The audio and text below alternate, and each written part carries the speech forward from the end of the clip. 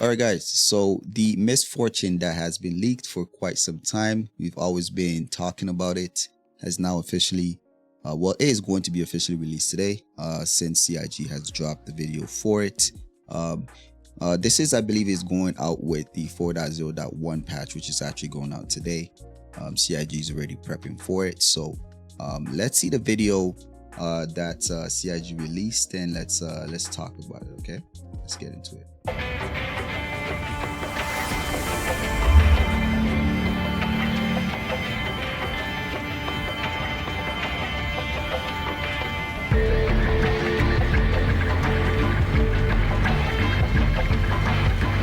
The Misfortune is a solo player salvage vessel. It's similar to the Vulture in size and utility.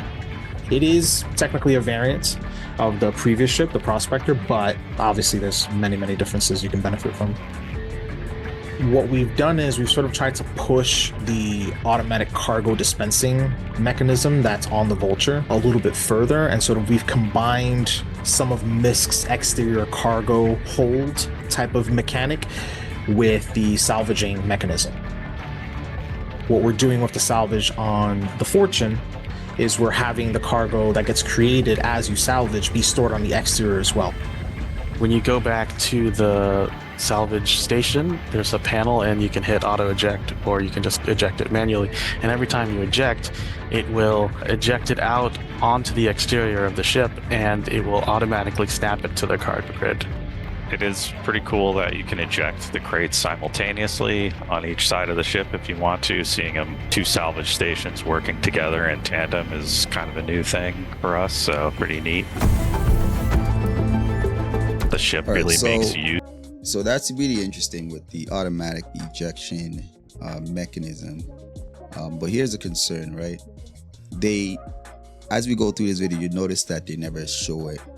These grids double stacked. So the Misc Hull A, it's double stacked, right? You can double stack, I think maybe triple, but at least you can double stack, right? So looking at this, you're looking at 6 on each side, so that's a total of 12 of these. And I believe the Vulture, if you really try to maximize, you can get up to, I think some guys have gotten up to like 30. So you're looking at 12 plus the internal, which is about 12 as well, so that's 24. You're still getting less, so you're trading off space for convenience. But now, mind you, which we're going to talk about, there's a little bit of cargo in the back as well, which you can also extract some more inputs in the back there. So let's continue. We did complete component pass, so it has everything exposed, and it has a similar interior as the Prospector, so it's got the same hab and the bathroom and all of that.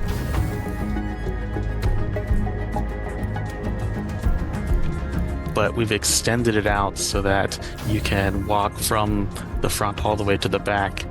And then we've got an elevator in the rear for you to be able to bring those boxes in and out if you want to, or additional items. So just imagine you're going out into space to salvage some wrecks. You strip the metal off the surface of the vehicle. It'll create boxes on the side of the ship. And then in addition to that, you want to pull off some of the weapons. If they're small enough, you can actually put them in the elevator in the rear as storage. So it's not a dedicated cargo area on the inside, but it should be big enough for you to grab some of the smaller components if you're able to salvage those. It's got this bubble cockpit that allows you to see just outside anywhere in any direction. It's very similar to the Prospector, so if you like the Prospector cockpit, you're going to love the Fortune cockpit. We're also going to be going out with the new dashboard that's been created by the UI team for Misc. That'll be on the Fortune and the Prospector going forward.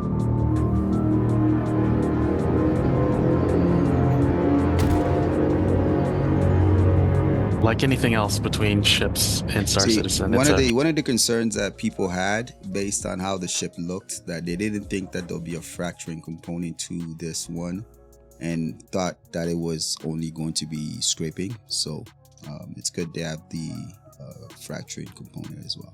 Between ships and Star Citizen, it's a trade-off.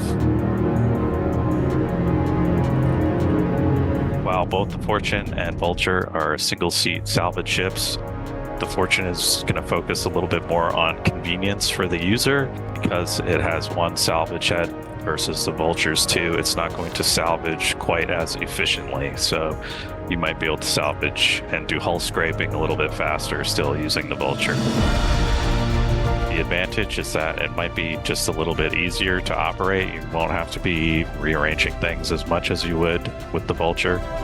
And having two systems in play makes it maybe a little bit easier for the user to keep salvaging. I think that the team did a really good job. Shout out to Chris Smith, Jen, Joey, also Chad's team, and Pierre-Luc and Mitch. They did a great job on the new tech.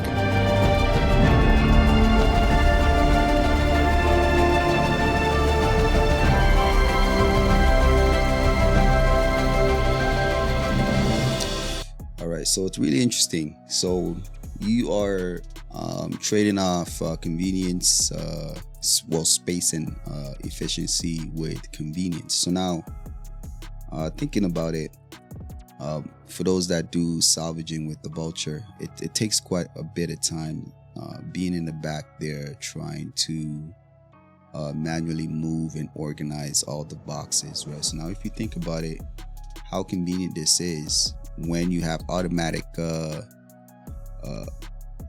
box generation happening on the ship as you're scraping is a fantastic idea. You don't even need to worry about leaving your seat. You can just continue to salvage. So now this is actually going to be really good for those that want to go into high risk areas to salvage. Hopefully in the future there'll be high quality materials that you can scrape off that is worth a lot more than the current